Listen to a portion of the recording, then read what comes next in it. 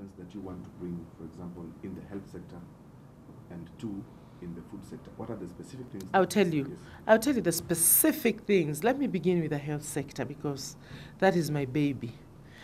In the manifesto of NAC 2002, we had clearly said that we are going to put a national social health insurance scheme in place so that incrementally everybody will be covered. With the resources that we had in the ministry, which was very little, actually, we were able to put some better health care in place. For instance, I looked at the diseases, and you really must be very specific. What are the diseases that affect us in this country? When I went to our hospitals, I found most of the diseases that we were treating were actually malaria. In those malaria-prone, others were HIV and AIDS. These were the patients that I used to see in our hospitals. And I said, the first thing that we need to do, you don't keep a patient in hospital hoping that the patient is going to get well if they are not on any medicine. And I said, on malaria, we need to get the best medicine for malaria. Two, we can also predict malaria. We can prevent malaria, and therefore we can keep people out of this disease and out of our hospitals. I initiated the bed nets, supply of bed nets. We used to get some of our, development partners coming to do commercial marketing of the bed nets. I said, this is not going to work. Let us just distribute for free bed nets, because you and I can afford a bed net. But when you look at those people, when they get sick, actually, they spend much more to treat malaria than if they had bought the bed net. But they were not buying, because at that time, if you have 300 shillings, you want to buy food, or you want to send your child to school. So I convinced them and said, give bed nets for free. And actually, that became a big thing in this country. We reduced malaria just like that immediately. And we stopped, actually, we improved maternal health, infant health, and that was done quickly. I also said we must treat people living with AIDS. That is when we introduced free ARVs, and retrovirals were introduced during my time. When I'm doing all these things, it is really with a lot of pressure I'm putting on the government, because the government is saying it's not affordable, it's not affordable. And I'm saying it is affordable. So I really became the voice of those poor people. And the more pressure I put, and the more I ask people, please help me talk about it to the leaders, so that when we sit on the table, they will be hearing me and hearing what you already said, because one person's voice can be drowned in these people who are saying this is not affordable. So that we were able to do. ARVs, we reduced malaria, and also said, let women deliver safely in our health facilities. You go to our health facilities, and you get a health personnel, and they will deliver you. When you have been delivered safely and you are not dead, we can now talk about, do you have money to pay or not? I mean, you cannot, as a woman, walk into a facility, health facility, and you're about to deliver, and they will not deliver you. The first duty is to deliver you. And then after that, they talk about how much you pay. There are grievances they say have been alive for the last 15 years. Yes, yes. Does our government... I remember this came up in 1997. And you also know what they are saying actually is what the government committed to do. And they have, sometimes they are forgotten. And they now must continue making it aware, making the government aware that this is the commitment that you made. And over those years, really, we should have kept this issue alive on the table, and continuously telling them this is what we are doing, this is what we are able to do this year. We cannot undertake this because there was a commitment. And therefore, they are not asking for something that the government did not commit to do. Whether it was a political gimmick that time, or whether it was real, the government committed. And therefore, it is right for the government to actually sit down with the teachers. We should not threaten people. When you commit, you know the repercussions. And this is why I say we are quick to commit. You know, we sign MOUs. And then after that, once you get what you wanted, you withdraw very quickly. And time has come for people to understand. And if you find that what you meant to do is not possible to actualize, go back on the negotiating table. Go back on the negotiating table. And the people always usually are ready to go back on the negotiating table. And that's why I'm saying teachers have a valid reason to do what they're doing. However, the government should engage the teachers, but don't engage the teachers on saying that you will go back, whether you want it or not. That is not the way.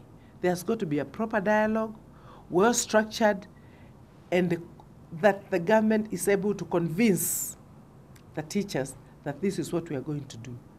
If teachers really can be convinced, then it should be good for them to go back to school. But let the government engage. But what our rail system has, and this is not our rail system. Look at this railway line that we have from Mombasa that went all the way to Uganda. It was done in 5 years with very rudimentary technology. Way back in 1895, 100 years ago it was done. Since then, you have never even added 1 inch of railway line. You know, what is the reason that we have not done so? There is no political will. We don't want to do it. Yet, this is the safest and the simplest way of transport. You put so many people on the railway line, there are rarely any accidents, and yet we are not doing it. So somebody has got to come in to bring real change in this country. And I have it, I know I can do it. You know, first of all, you use the human resource that we have in this country. And the human resource is that one that we are talking always about. They are being poor, they are being poor. We need to lift them. We need to give them something to do.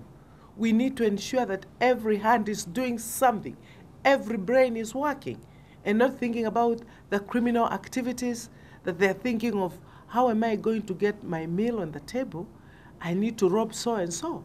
And the government spending so much money putting in security and in employing more police officers. It is possible to do it. And we have what it takes. Like, my next question comes back just to what I asked you last time. Yes. About a presidential campaign. Yes. You know how expensive it is? Yes, it is. To fund a presidential campaign. Yes, it is. How are you funding your presidential campaign? Yes. How? I know. But you know, what has happened in this country, and this is very good, we have now been told you can't even use so much money. So what I'm able to do, and I have done it before in 1997, I will be going to the people. I'm sure when I go to the people, they will listen to me. They will listen to what I'm saying. And I'll tell them, I'm also telling them how this is going to be done. And I'm telling them and I'm promising them that I have the experience, that I've got the passion, and therefore I know how to do it. In the Ministry of Water, I can tell you I've done it. In the Ministry of Health, I did it. If I went to another ministry, I'll do it. If I am the chief executive officer of this country, I'm going to do it. And I'm going to work with those people who want to do exactly what the things that we are saying must be done. So I have no problem. I don't have the kind of money, maybe, and I don't know how much other people have, but I certainly know I will be able to put petrol or diesel in my car, and I'll be able to get to where people are. For instance, I now intend to go down throughout Nairobi talking to people and telling them these are the things that needs to be done. Let me tell you, some of the things that need to be done, especially when you have power, are not difficult. I tell you something that is also laughable about this country. You know, Rwanda here, you know, President Kagame just said, I will not have our streets dirty. Each Rwandese must know that you cannot drop papers. Do you need money? Do you need World Bank to give you money to tell your people, do not drop papers on our streets, and the streets must remain clean? If you go to Rwanda, you'll be shocked. Does it need money? For instance, in Rwanda again, President of Rwanda has said every home must have a cow. And I'll help you towards that. That is what we need to do in this country. Put people where they are, facilitate for them, let them now rise and go and make money for this country and for themselves. Let us develop Kenya, and it's possible. I think I've grown more experienced, more exposed, knowing now I've worked with the government 10 years. I know now what happens within government. I know when government doesn't want to do something, and also we must reduce, you know, these big things that this country talks about. For instance, we are talking about now grand airport, which is very good. We are talking about this land port, which is very good. I think it's very good. However, it is the basics that then help develop the big things. As long as over 50% of our people are not part and parcel and cannot participate in development, this country will forever have very poor people and then some very rich people.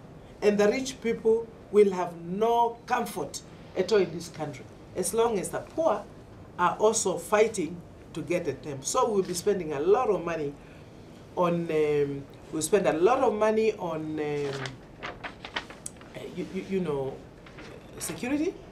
We'll spend a lot of money on hiring of police officers, and it will just be, you know, a vicious circle of dealing with these problems that we are experiencing in this country. We have got to put an end to this. Okay, just finally, now that you have accepted your nomination, the nomination of your party to be to run for the presidency, yes, are we definitely to see Charity Ngilu on the ballot box, yes, on the ballot paper, yes, or are you giving? Yes, are you just yes, making yourself up yes, for some other? Yes. Let me say mate? Yeah. no. Let me say here that I think you're asking me this question again, and I want to answer this. I've come up with issues that I've listened to other candidates, my opponents, and I don't hear them at all mentioning these things. I hear everybody mentioning about we are going to come together in this form, in this form, in this form. But I've not heard people talking about this is what I promise to do to Kenyans. Please, Kenyans, elect me. Each person is elected as a person. You go to people and ask them to elect you on issues. In 2002, we came up with issues. And I say this is the reason why I left, you know, to support. I did not support. I left, I did not support President Kibaki because of one issue of national social health insurance. For the people, not for me. As you know, we are all very well covered. We are very well covered by insurance. But that is selfish leadership, that we know we are covered, yet our people are not covered. So I'm saying 5 issues. It's not about who, it's about people of Kenya. It's not even about me. It's about the people of Kenya. And this question of, are you going to support somebody else? For me, think it's neither here nor there. I've told you, and you saw it, that the NAC delegates have actually nominated me to run for the presidency. I'm running for the presidency. Okay? Yeah. Yes. Okay. And other people who have supported in the past should actually now come and support me. Did I support Kibaki in 2002? Did I? Yeah. And really, I brought them together and I said, I will not run this time. 2007, did I support Prime Minister? Why can't they support me? And I've got very clear issues.